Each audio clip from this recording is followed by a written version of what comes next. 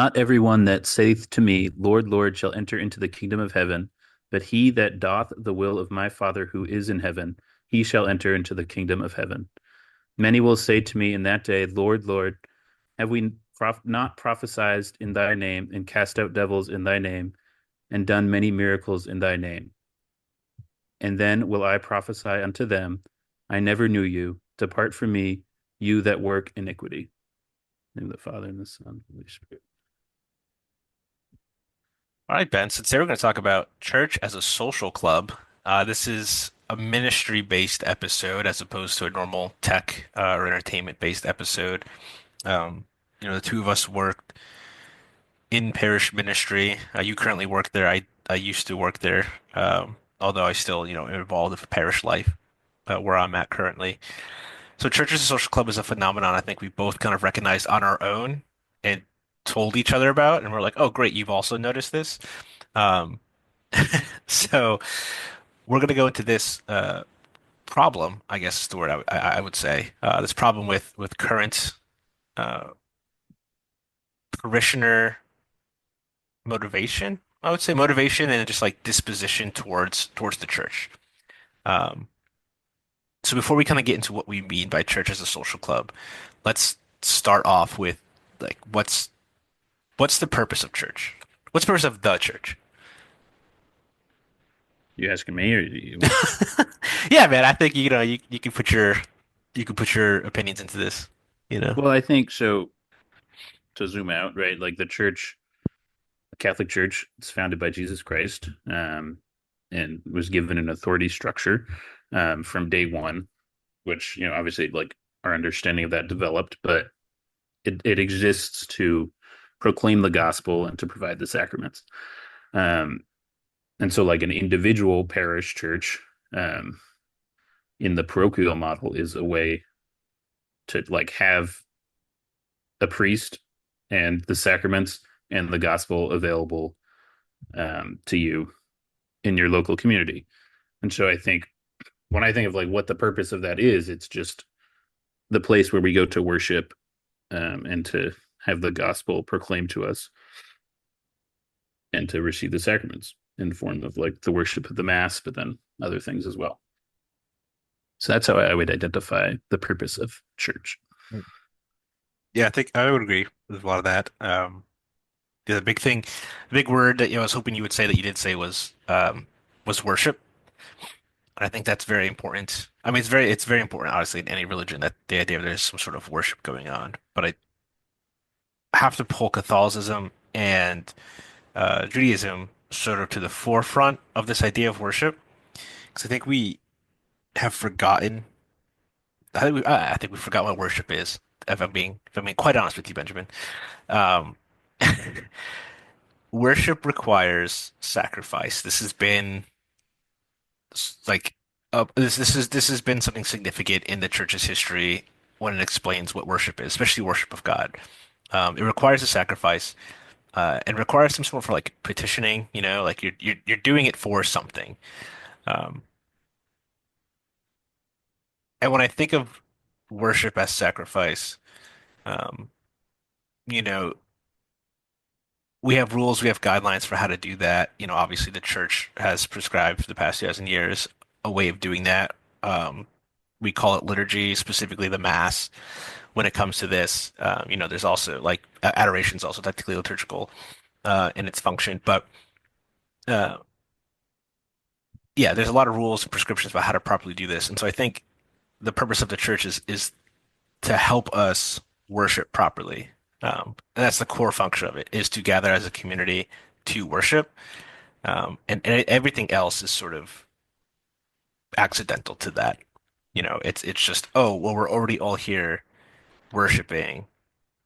We should thus also do these things. Um, and I don't want this to turn into an episode about like worship and distinctions of that kind of stuff or liturgical preferences, because I think you and I could both kind of go on rants about that. But um, yeah, that's yeah. Building off what you were saying, I think that's how I'd put it. Is the purpose of the church is the vehicle for worship for the faithful community. Um, I so, just, oh, go ahead. sorry No, go ahead. to talk more about worship, even though you said you didn't want to. I Googled the definition of worship, Yeah. from the Google dictionary, whatever one they use. And the first thing that comes up is a noun for the feeling or expression of reverence and adoration for a No, deity, no. which is so funny to me That's because so that's not how we so talk about it or incorrect. think about it at all. No. And this is all right, we're doing it. So this is the thing. This will be it. This will be our last digression on worship. This is a thing I get into. Um, well, I don't get into it with Protestants. I don't argue with Protestants. But talking to the Catholic people, Catholic friends, and I see this argument online sometimes being used, and I agree with it. There's a big, hoopla from Protestants about, oh, Catholics worship Mary, Catholics worship the saints, and we were like, no, that's patently false. We do not worship Mary or the saints, and then we try to go into distinctions of like, oh, well, there's dulia and hyperdulia and latria, and like those are all different forms of worship, but they're not the same thing. And it's like, yeah, that's cool. Those are distinctions, sure, but no one really cares. Um, but I think the fundamental issue is the definition you just gave. Well, the definition Google gave that you just read. That's the definition a lot of people I think operate on when it comes to the idea of what worship is. But that's not what worship is. Worship involves sacrifice, right? Worship has to have a sacrificial component to it, or you're just like what was one of the words it just used? Emotions or feelings? Like it's just feelings. Um, and so when Protestants accuse Catholics of worshiping Mary or the saints, the issue isn't that we are treating Mary and the saints on the same level as God. It's that Protestants don't have the language to understand what worship is. They don't understand what real worship is. So I know I just kind of called out all Protestants saying they don't understand worship, but I think the general, and I'm kind of clapping like all Protestants to this, because obviously there are some denominations that understand what I'm saying and would agree with what I'm saying. Um, but you should be Catholic then.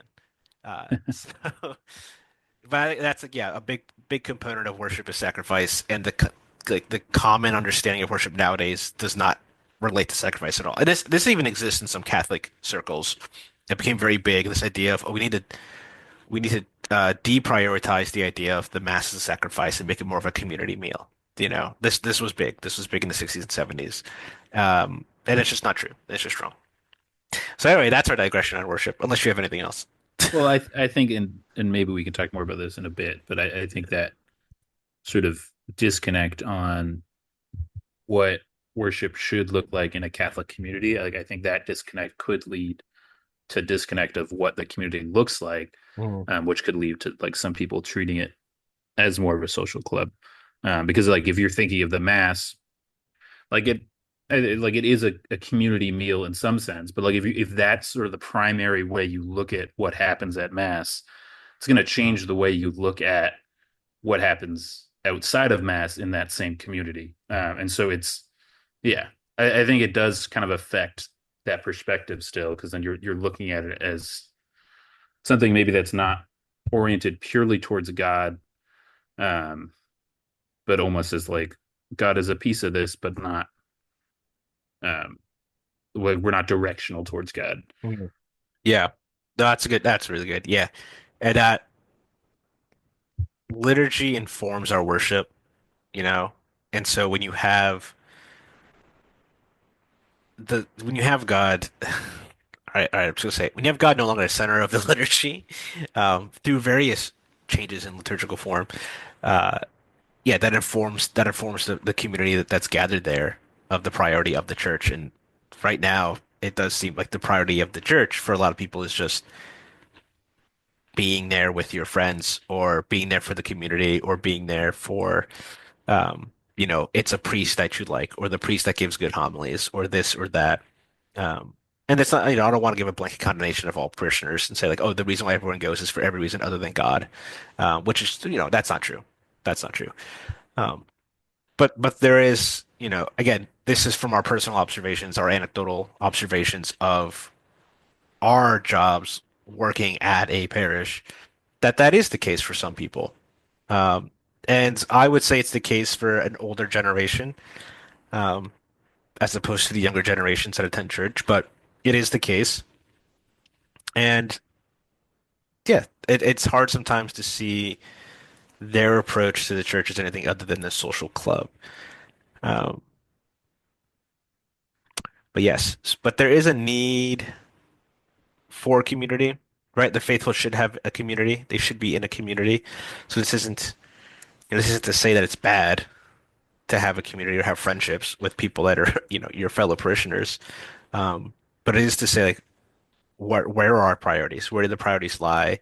Not just in the parishioners themselves, but also in the mission of the pastor and the staff of the parish. Like what's the goal here? What's the end game?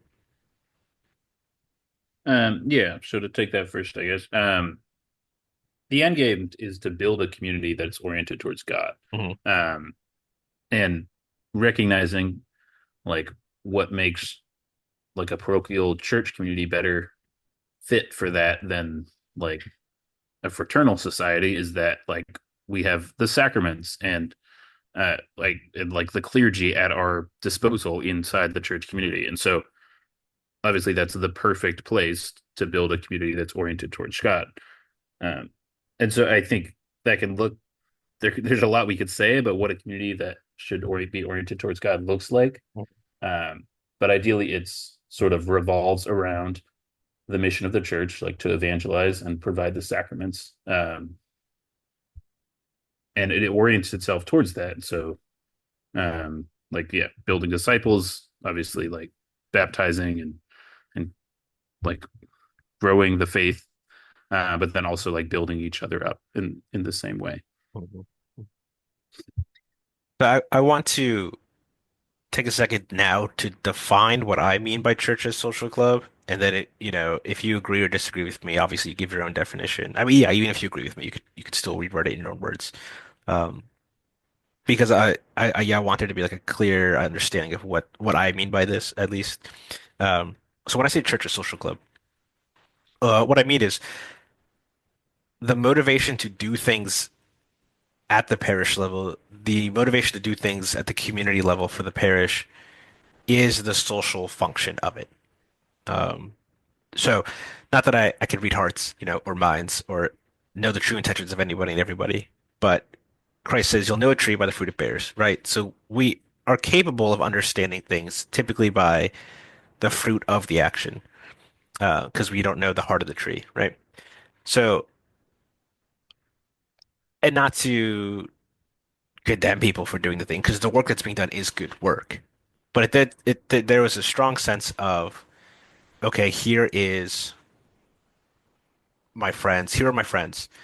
Here is the thing that gives me life. Here's the things that I enjoy doing. This is the thing that gets me out of the house, so I'm going to do it. I'm going to keep doing it. Um, but those are the primary motivators. The primary motivators are not Christ has commanded me to feed the poor, feed the hungry, right? Christ has not commanded me, or yeah, sorry. The primary motivator is not that Christ has commanded me to do these things, or that these are good. Like I want to be doing corporal or spiritual acts of mercy. There are definitely some of those people who I've met that are, at the parish level who are motivated by those things.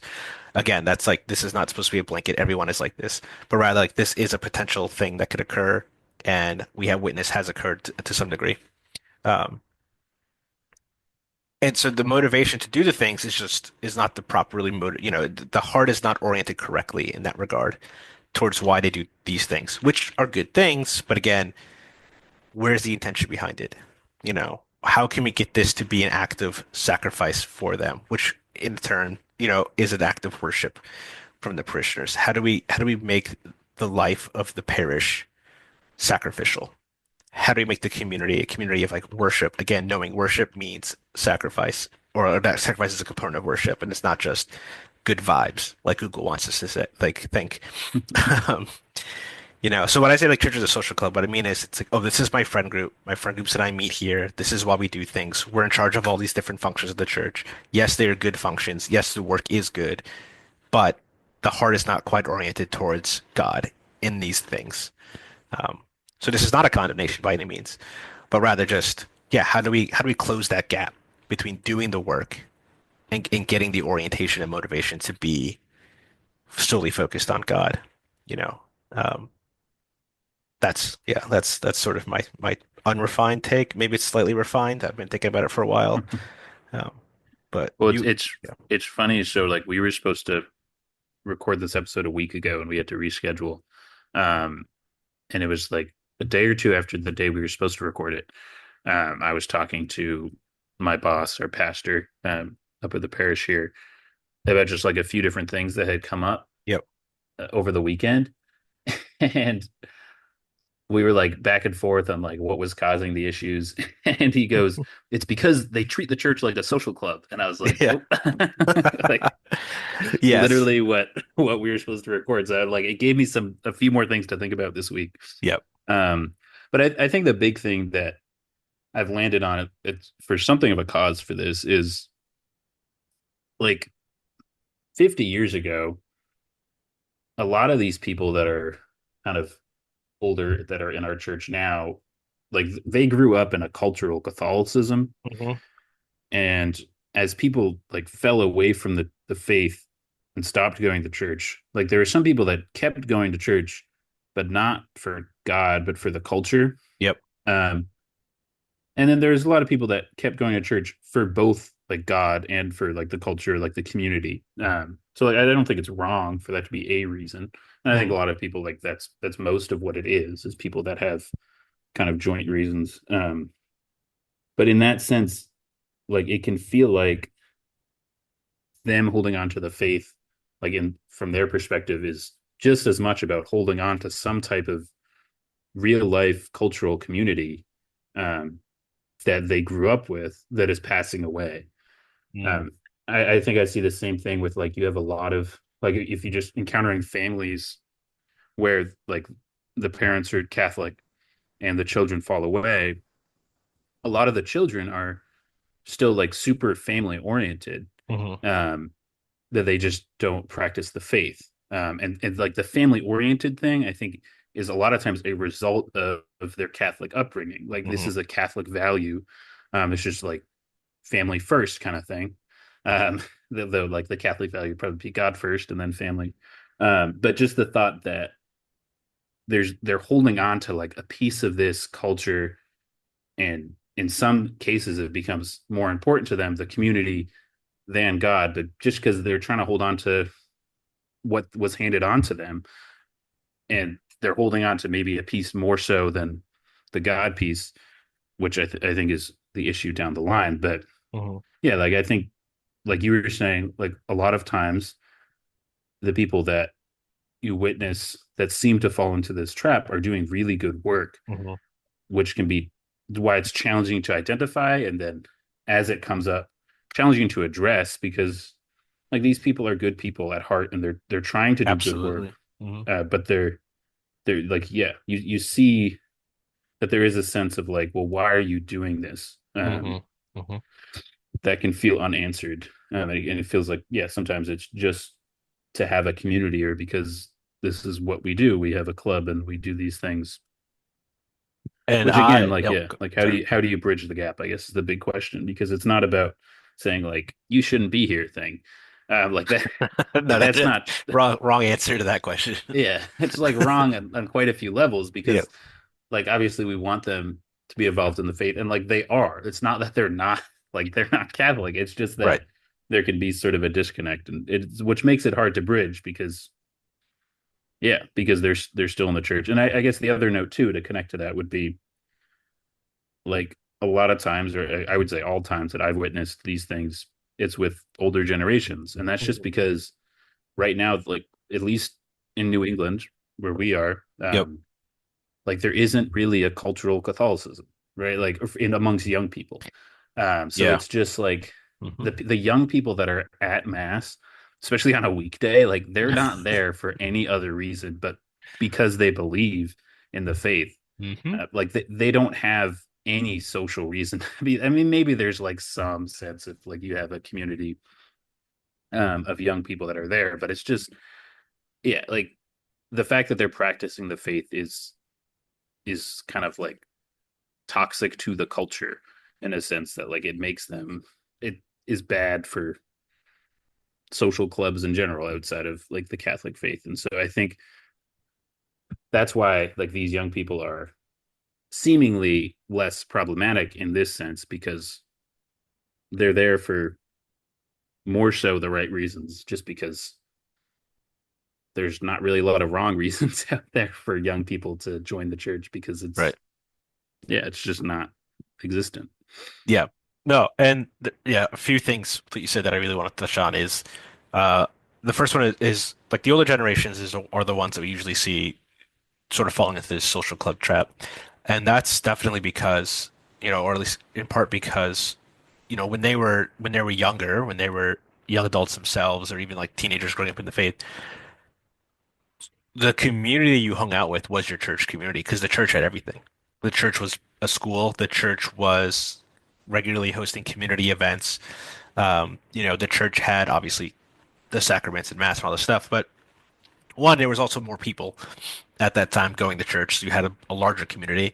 But there was just more to do. That was the center of your community was the local parish. You go to some of these. Um, Usually, I see it more in towards like city parishes.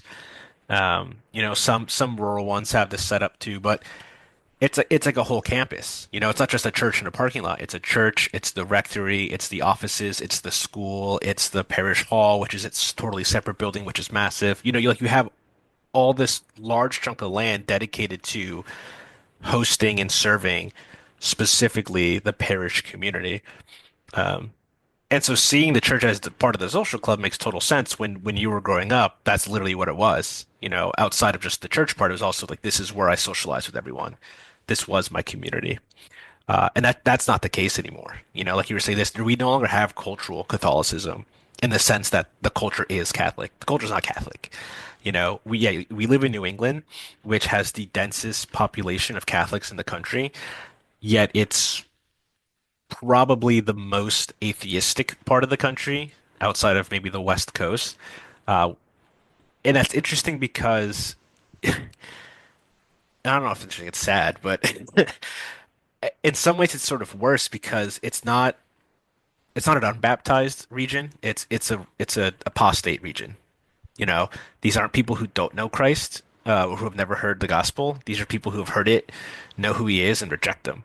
And we can get to the point, I think, now where we can argue, well, the gospel has been spread well. There are some people who, sure, they were baptized and fall away from the faith, but they never really had good formation to begin with, blah, blah, blah, culpability, all that stuff. But in general, the culture of, really Western civilization as a whole, but New England is definitely farther along in this situation, is a culture of apostatism. I don't know if that's the right word. I don't know if that's a word at all. An apostate culture, let's just say that. Um, and so yeah, so you don't have um, a community tied to your faith anymore, and the churches themselves don't do that except for the older generations who are still holding on to it.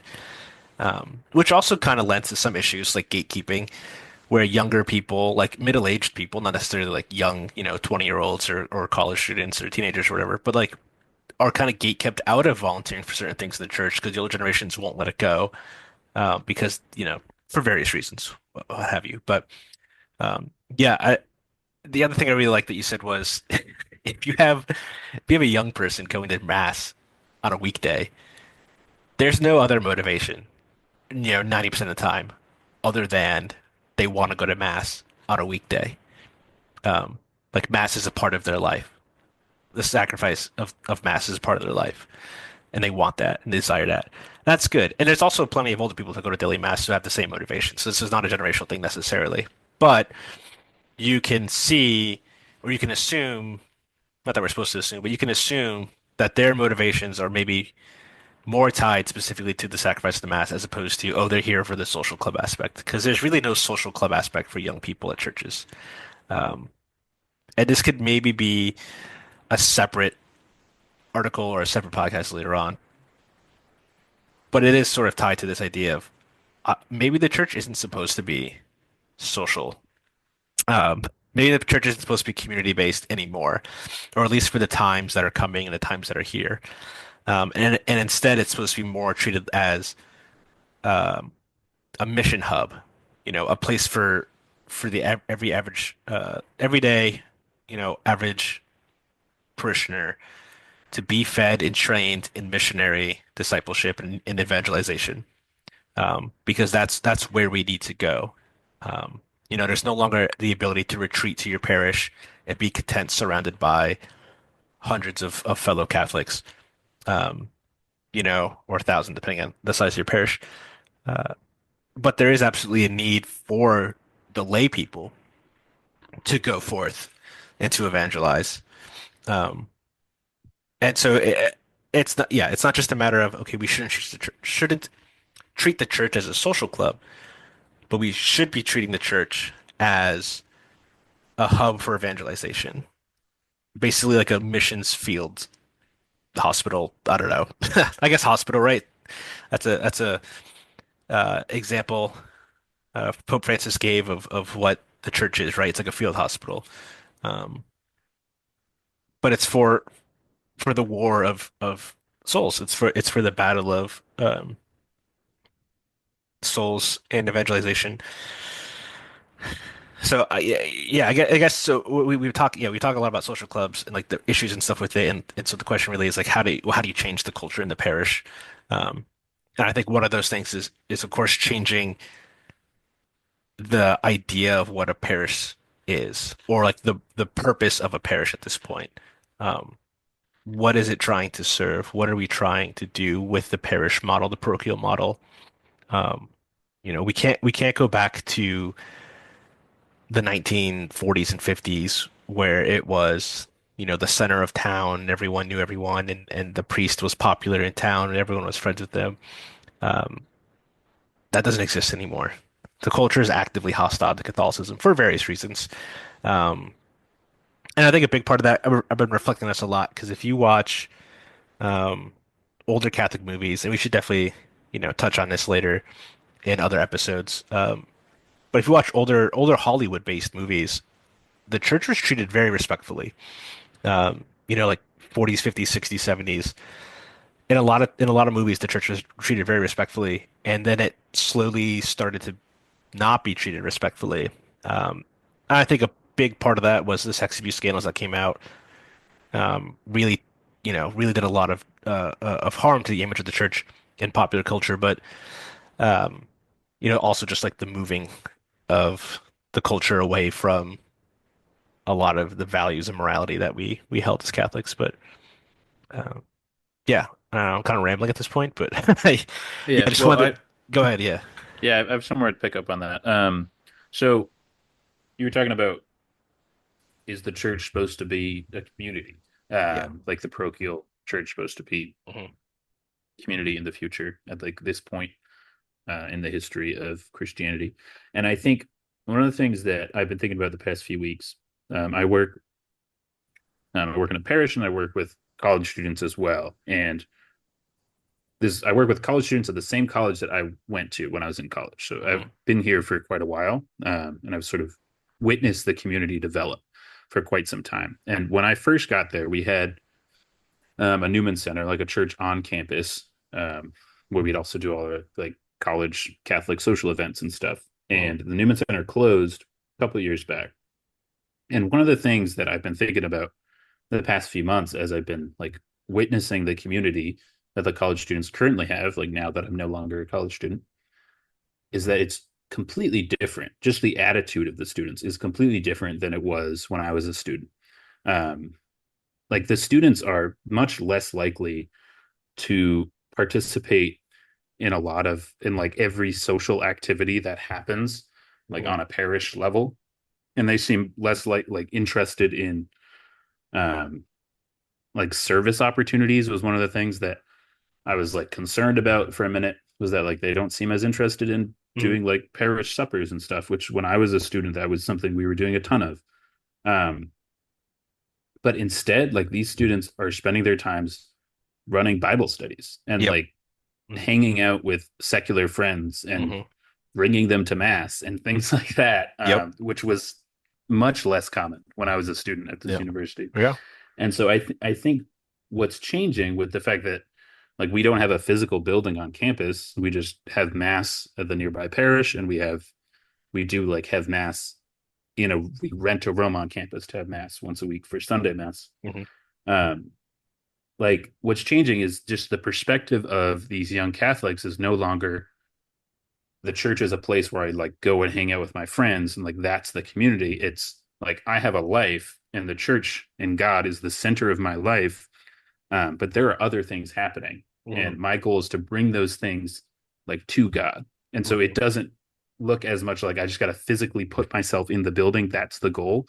It's more of like the goal is to orient my life towards God. Hmm. Um, and the building doesn't matter. Right. And so like this new generation of students that have never seen our college Catholic community with a physical building with a Newman Center, they're seem way more invested in the mission of Christ and in evangelization and like in orienting their lives towards God because they can't just like call showing up in a building like them showing up for God. Like they don't have that as an option. Like I think that's sort of a cop out. And so I think, yeah, you saying like the future maybe isn't as community oriented. Like I think the future of the church needs to be we have community outside of the church because like Hmm. that's how we evangelize is like Yep. we're encountering people that are not Catholic.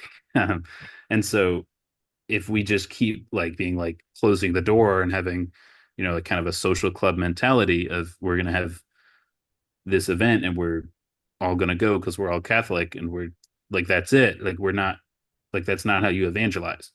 um, and that worked because there were less people to evangelize 100 years ago, but now, yeah, like you're saying, like maybe the church does need to change because now there's way more people that either aren't baptized or like aren't practicing.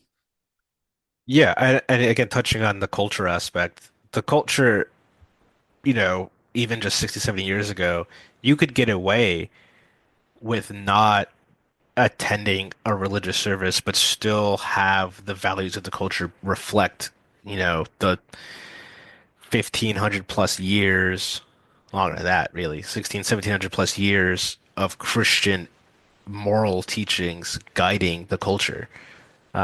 There was still a almost exact one-to-one overlap of moral, Catholic moral teachings and general understanding of morality from the culture. Now it's gone. There's basically no overlap. You have anything from mass support for abortion to now there's these countries doing assisted suicide, euthanasia for terminally ill patients. Honestly, it's even worse than just that. If you look at some of the stories coming out of Canada, it's literally just people come in for depression and they're offered suicide. Um, it's just these immoral things have now become the new cultural norm. And so before, yeah, you could sort of say, well, people are still going to be living good lives anyway because the culture is still good, but we're at a point now where you can't get cocky with that. You can't just assume, oh, well, the culture is still morally good or still has the same morals as us. So I feel, people will experience or get along with all of us and agree with all of us fundamentally. So whatever. Now it's like, no, if we're not out there, if we're not the ones drawing people in and we just stay insulated in our own parishes, or our own Catholic communities, like there's no one telling them the gospel. There's no one sharing with them Jesus Christ. There's no one out there leading by example of good moral ethics. You know, so moral and social ethics, and so yeah, just I think for me, yeah, that's just sort of the big thing is the community is important as a place to fall back on, as a place for support, but the community is not the end game. The end game is to go forth and make disciples of all nations. Um, and you can't do that if you just view church as a social club because you're not going to have the right motivations. Um, and you can't do that if your end game is just to go to church. Because again, like it's not just to go to church, it's to go forth and, baptize all nations. Um, and the church is there, of course, has a necessary support system for that. All right, do we have any last comments before we wrap it up for today? Yeah, I think my one comment that I mean I referenced it, but our sort of final question is how can we rectify Mm, um, the culture of church as a social club as an individual parishioner? And yep. I think what it is just like trying to have the conversations that you would have with somebody that's not Catholic, Hmm. with these people that are Catholic and are practicing. And being like, well, what's the point of life, right? Like, not, maybe Yeah. not like flat out, but like sort of that mentality in these conversations, be like, why are you here?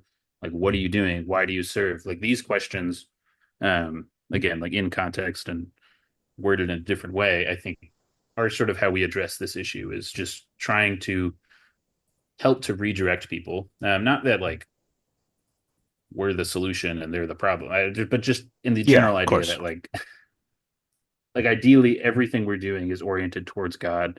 And so if we lose sight of that, like that's how we can fall into any number of traps. And so if we are having issues that seem to be the product of a certain vision for what church community should look like, that's problematic. Mhm.